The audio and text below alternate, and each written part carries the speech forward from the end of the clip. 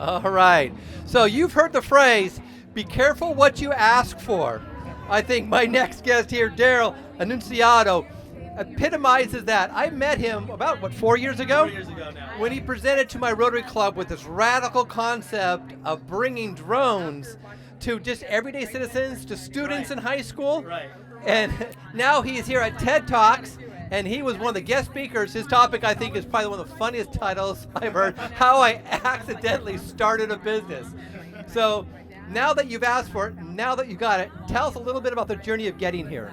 You know, it was really difficult at first, but it made sense towards the end of it, because the journey coming here was, I didn't know that I had a message, right?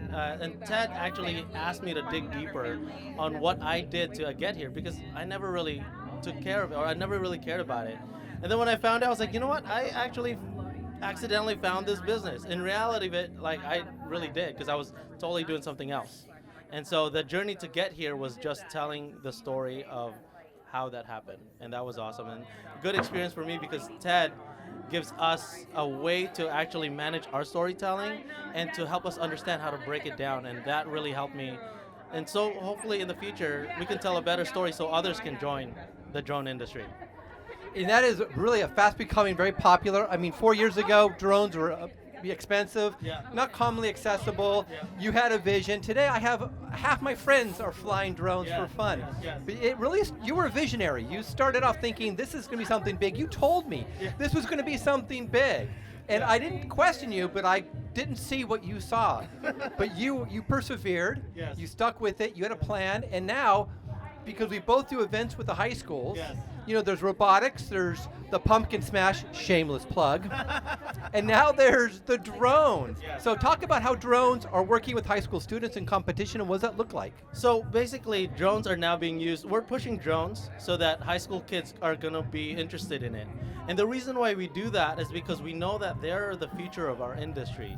If we don't have the young generation be interested in it, then we have no industry for the future. So what I'm doing is trying to make drones fun.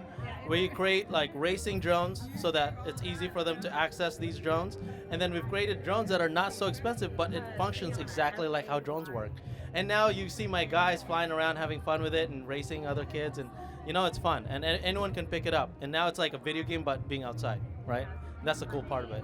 I was over visiting your table, and I'm amazed at the diversity in size and now complexity. Yeah. So you can go down to any toy store and buy a little drone about the size of an 5x7 card and fly around the house. Yeah. You can buy a professional drone and outfit it that can have a range of a couple miles. Yeah. But the one that caught my attention was the one that looked kind of like the Osprey.